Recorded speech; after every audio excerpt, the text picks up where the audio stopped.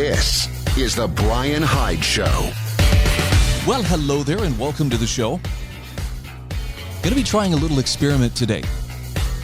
And I'll know within a few minutes whether or not it's working, but for Mother's Day, I'm not trying to break my arm patting myself on the back, but I actually scored a very on-target Mother's Day gift for my wife. I bought her wind chimes. And, it brings back memories of going to visit my grandparents in Rupert, Idaho, which, if I can be honest, Rupert, Idaho it's not a lot to look at. A little railroad town that smells like sugar beet tailings and is kind of out there in the middle of, the Snake River Plain. And it's a wonderful place in that there's a lot of family history there. But the thing I remember most about going to visit my grandparents was they always had wind chimes gently sounding in their backyard, on their back patio. And part of this is because the wind never stops blowing in southern Idaho. But I found some really nice wind chimes for my wife, put them up. Unfortunately, they hang right outside my studio window. So we shall see. I'm looking at them right now, but I'm not hearing them in my headset. So it's possible that the audio compression software in my recording setup is compensating to keep them out, which is a shame because I think you would really enjoy them. They're very relaxing, but anyway, it's one of those things. It's like, oh, what a great idea, and then I sit down to record and realize there's ongoing sound. There's music in the background. So if you feel unusually soothed, maybe at a subliminal level, that's the wind chimes, and you can tell yourself, man, Bryan sure knows how to pick a Mother's Day gift, doesn't he? This goes over a lot better than that electric mop that I gave the wife a few years ago. She didn't seem to appreciate that one as much. Anyhow, welcome to the show.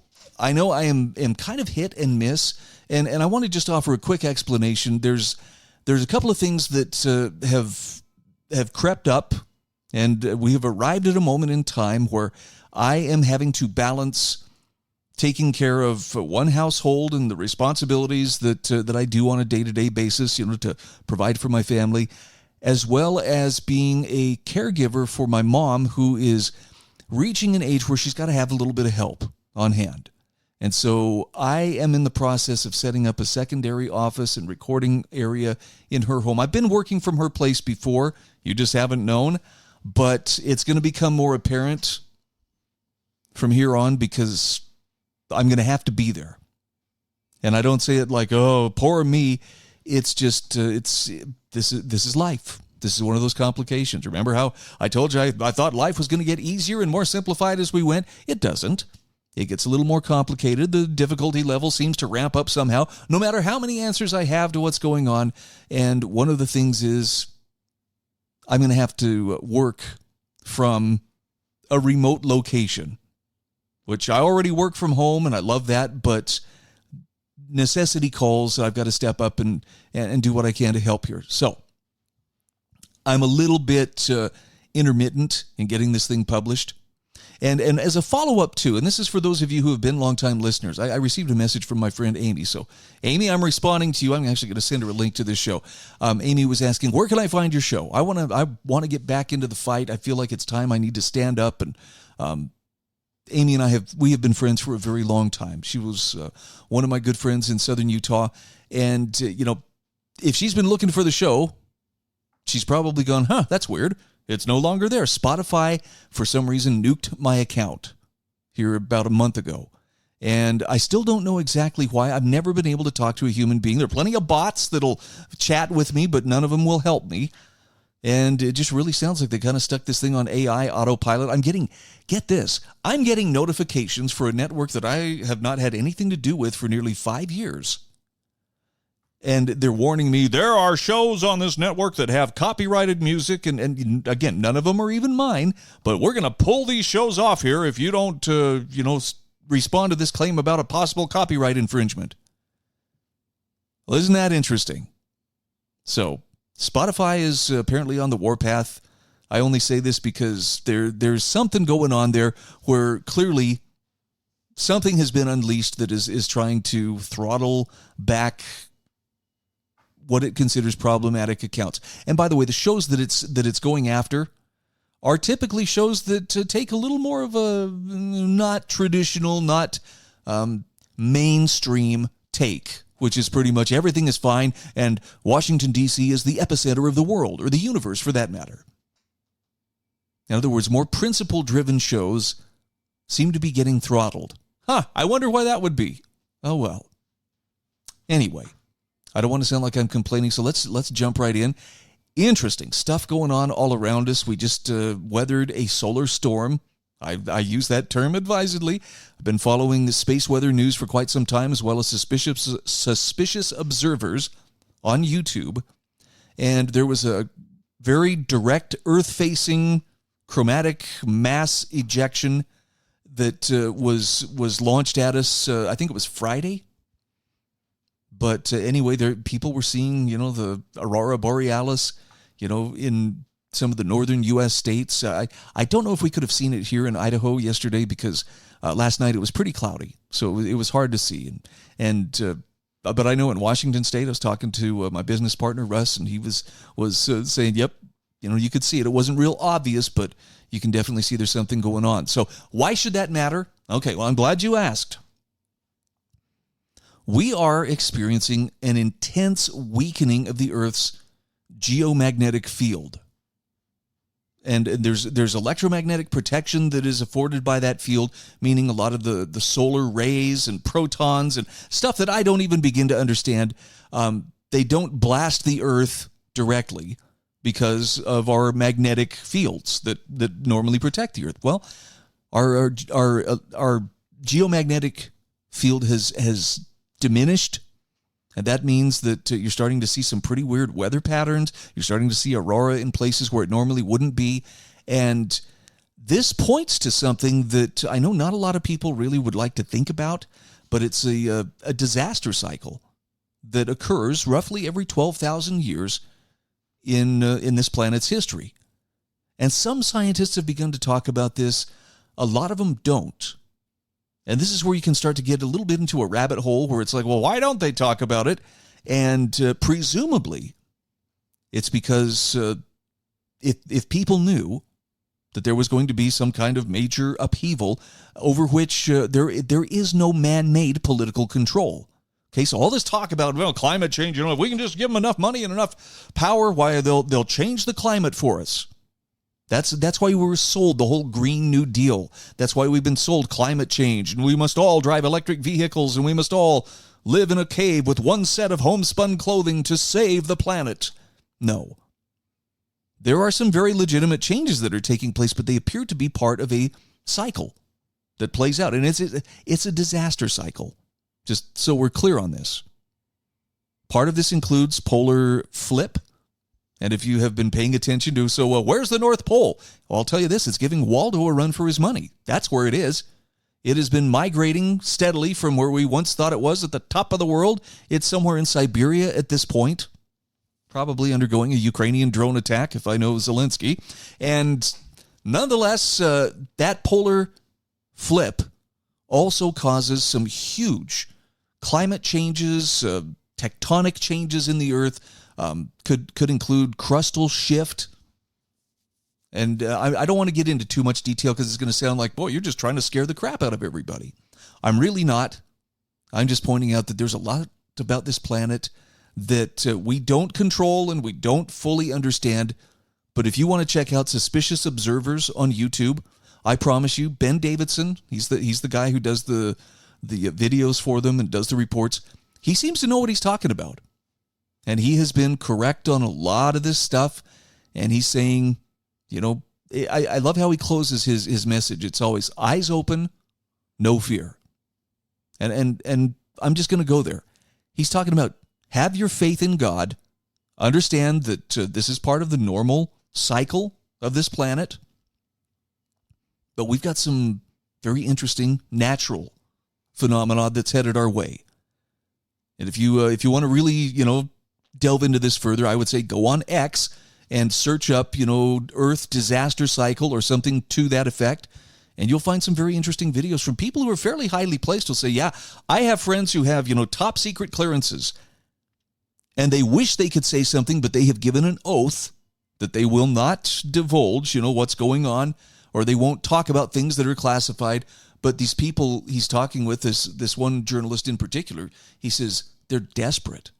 People need to know about this so they can do what they can, to prepare themselves. And, I know it sounds pretty cryptic, probably sounds made up, but I just, again, will reiterate, spaceweathernews.com, that's one website you can go to, or Suspicious Observer's YouTube channel will give you a lot of information, and be prepared to kind of have your point of view shifted a little bit from, oh yeah, everything's great except for, we keep driving these cars and it's making the earth cool off or warm up, depending on who you're talking to.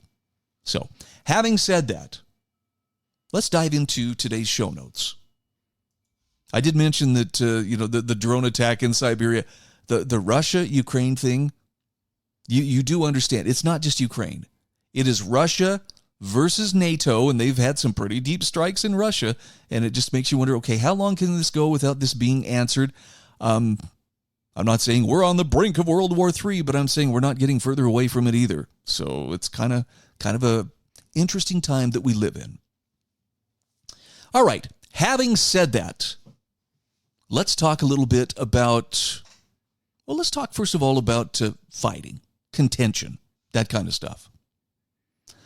Paul Rosenberg sent out an essay today. This one landed in my email box. It's titled, Fighting About Words is Medieval. And he says, I don't like using the word medieval in any sort of a negative context, since it's been done so often and so unfairly. But he says, this time, however, I will, and that's because historically, fighting about words really is medieval.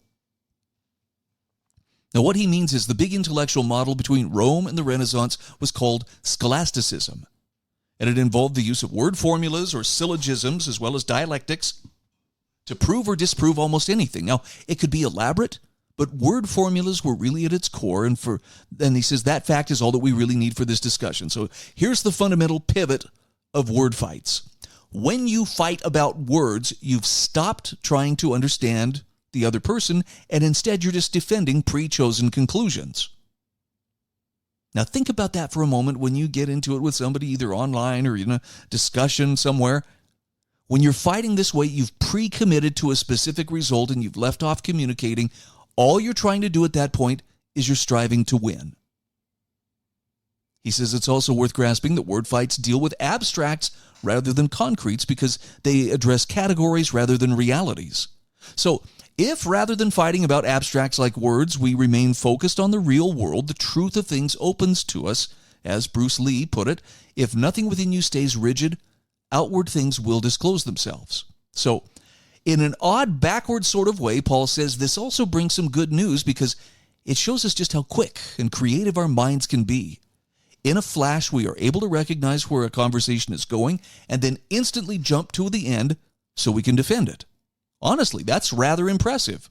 So we have the root ability to think very quickly, to pass through multiple blockages, confusion, intimidation, previous training, etc., and create effective arguments as required. That's a lot of mental firepower, he says, and more or less, you can find that in all of us. In other words, we're smarter than we've realized. Now we just need to repurpose that function of intellect for better uses than arguing with strangers on the internet. Now, words, of course, are imperfect descriptors of reality. He says the better scholastics understood this, because they weren't stupid people, after all. They were careful about using their formulas, but still, once the inertia of institutions gets going, such people had to be quiet, conform, or be removed. And so word formulas and similar less than pure representations of reality were treated as if they were pure, leaving academic hierarchies spewing errors for centuries. Now, he says we can also understand that the central tool of human manipulation is words. If you want to trick humans, you have to overcome reason with emotion. And that's not hard to do, but it does require words. You can use images, of course, as in beer commercials, but such things still require words as triggers.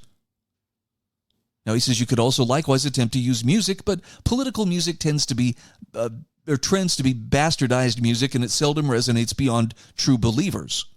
So manipulators then are stuck with words, having no choice but to fight with them and about them.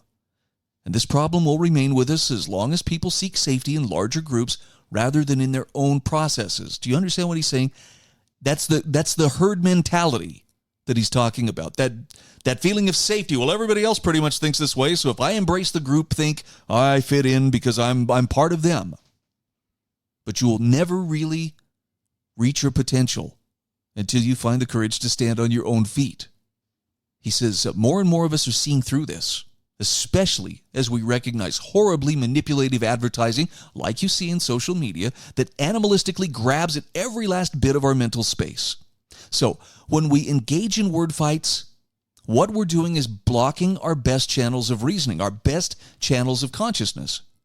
If, however, he says we're able to recognize this as it happens, then we're able to control it, or we'll soon be able to control it, gaining a powerful tool for the cleansing of our minds. So along these lines, he says, I'm including a passage from the Bible's letter to the Ephesians. This is from chapter 4. They went plodding along in the ineffectiveness of their awareness, their channel of intellect being dimmed. The hardening of their core and their ignorance made them non-participants in the higher life. And so they became numb. Surrendering both integrity and control, they busied themselves in a reverse catharsis. Now he says, I would recommend you actually print that one out and spend some time with it, because there is a lot of truth packed into that text.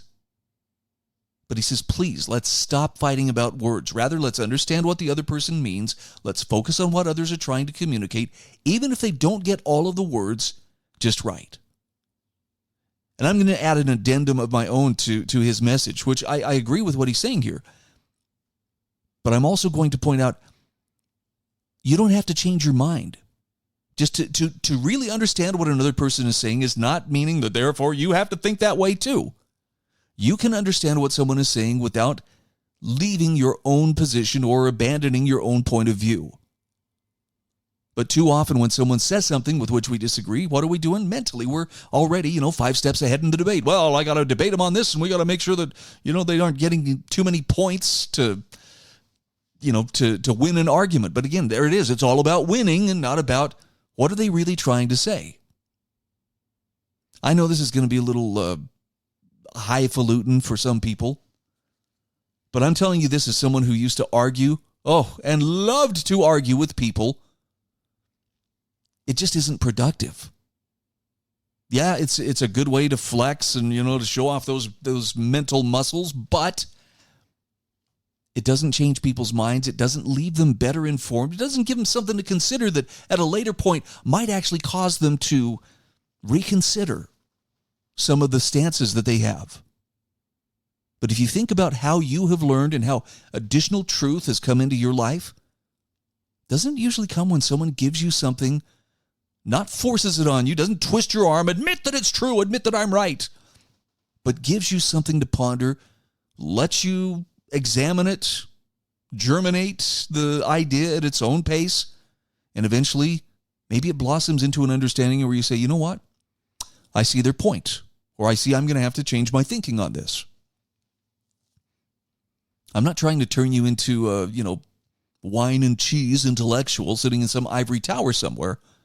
I'm just saying that we waste a lot of time when we could be shifting people's minds, or at least reaching people in such a way that they'll actually listen to what we have to say, as opposed to just, taking us as another enemy to be vanquished, or us seeing them in that fashion.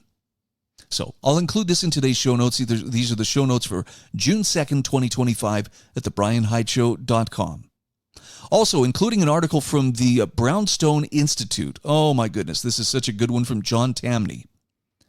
Never forget their excuses for lockdowns. It's a short article, but if you remember back, it was about 4 years ago now that a lot of people were finding themselves forced into making decisions like, well, do you want to keep your job or do you want to get the jab? This is when masking was being mandated everywhere, this massive bludgeoning of freedom that had been going on for about a year or so at that point. And it was nonsense. It was utter nonsense. Normally when something comes along that is new and it's uncharted territory, the experts, including medical doctors or even, political experts or public health or safety experts, they'll take a wait-and-see approach so that they can make an informed verdict about what needs to be done. They didn't do that. They locked it all down. They consolidated power. The crazy thing is, as John Tamny points out, nobody requires force to avoid sickness or death. If you look around you and you see, oh my goodness, people who are doing this are getting sick and dying, you will make the decision yourself. It's in my interest not to do that. Unless, of course, you have some kind of a death wish, which most people don't. But he says the simple, overwhelming truth is that people should never have had their individual freedom to protect themselves taken from them. Period. End of story. But that's exactly what happened, and it's sickening. And sadly, I mean, it's been 4 years. Look, I've forgotten a lot of things in 4 years. A lot of the pain and the scars have healed, but the same people who did that to us largely have escaped any kind of official separation from power or repercussions or otherwise. They haven't learned their lesson. They would still do it again given the opportunity. So whatever excuses and internal justifications they were offering, you need to understand why they were entirely insufficient. This article will help you understand that. Again, John Tamny writing for the Brownstone. This is actually, he wrote it for Real Clear Markets. It's republished on the Brownstone Institute's page. And I will include a link in my show notes at thebryanhydeshow.com. One last note. This is the article of the day. This is brutal. But Chuck Baldwin is a guy who has earned my trust in that I've seen him speak truth when it was very inconvenient and very unpopular to do so, and he's been consistent in his assessments and in his principles. And he talks about how we went from a moral majority to a moral meltdown. So if you're feeling frustrated, well, why is it that the neocon GOP seems to be winning? Right? Doge came in. Musk is now, his 130-day term as a special government employee is up. He has exited. And yet still, Congress isn't codifying the Doge cuts.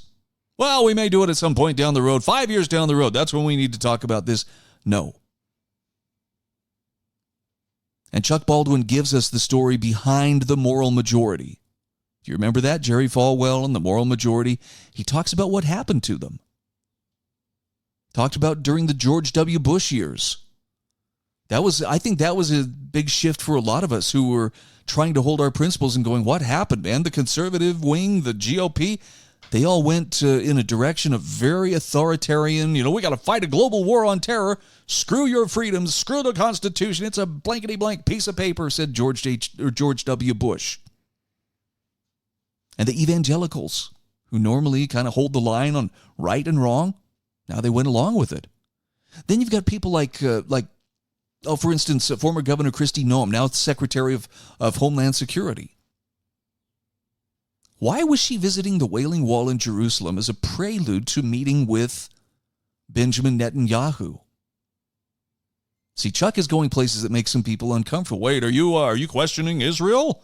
Well, he's questioning what the Israeli government either asks or demands of American politicians.